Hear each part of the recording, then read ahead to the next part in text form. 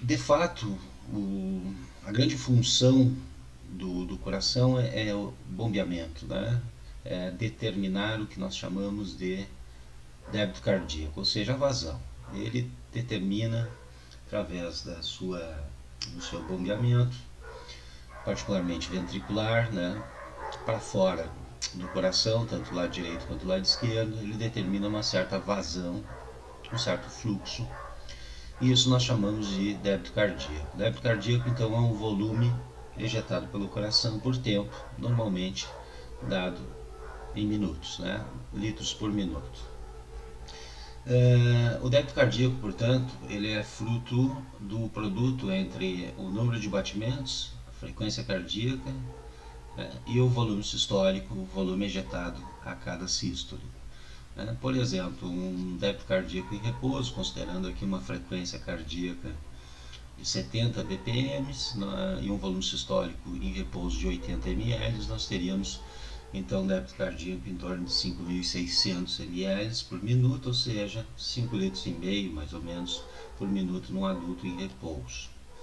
Então, a regulação do coração, na verdade, será um reflexo da regulação do débito cardíaco. E o que regula o coração e, portanto, a sua grande função, que é determinar, estabelecer um débito, né? Basicamente, o coração é regulado pelo sistema nervoso, né?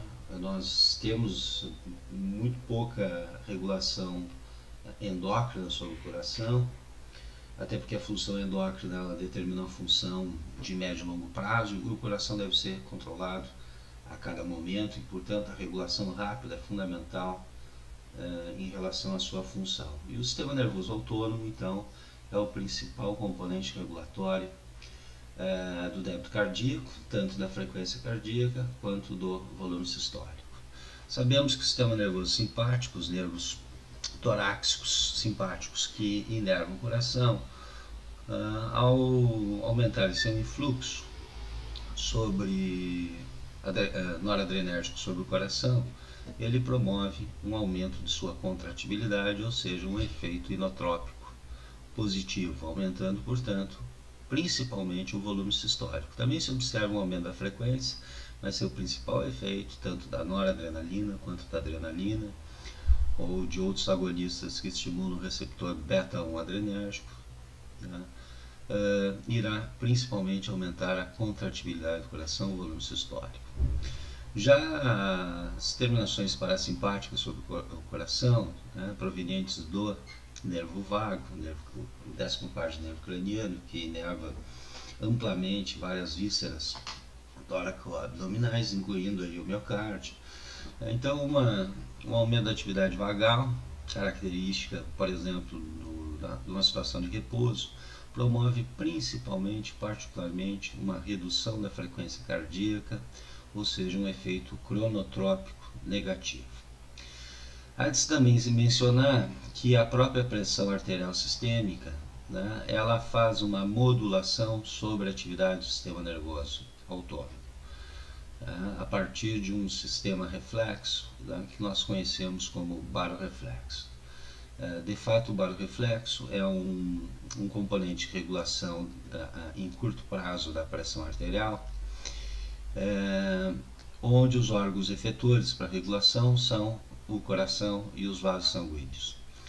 Portanto, o coração como efetor, né, para a regulação da pressão arterial sistêmica através de alterações do débito cardíaco, ele sofre modulação, né, a partir de variações de pressão arterial, num reflexo que nós chamamos de baroreflexo, onde há uma modulação da atividade do sistema nervoso simpático e parasimpático. Então nós vamos também detalhar um pouquinho essa regulação frente a alterações da pressão arterial, ou seja, da pós-carga.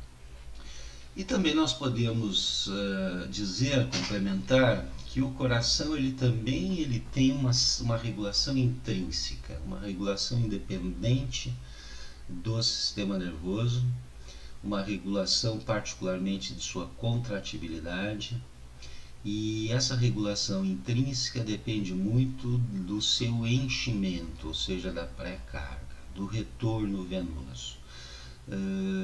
De fato, o miocárdio, independentemente da atividade autonômica sobre ele aumenta sua contratibilidade à medida que ocorre maior enchimento cardíaco, ou seja, maior retorno venoso. O retorno venoso ele deriva tanto da questão do volume, né? Quanto maior o volume, maior o retorno venoso, maior a pré-carga, mas também da capacitância venosa. Então, à medida que a capacidade das veias armazenarem ou de fato comportarem determinado volume, né, aumenta, há uma tendência então de reduzir o retorno venoso à medida que as veias elas diminuem sua capacidade volumétrica, né, acaba empurrando o sangue para o coração, aumentando a pré-carga e aumentando o retorno venoso. Portanto, a pré-carga, o enchimento cardíaco, é um outro fator que regula basicamente o volume sistólico, ou seja, a contratibilidade. Vamos dar uma olhada aí, então, nesses fatores de regulação do débito cardíaco, tanto da frequência quanto da ejeção sistólica.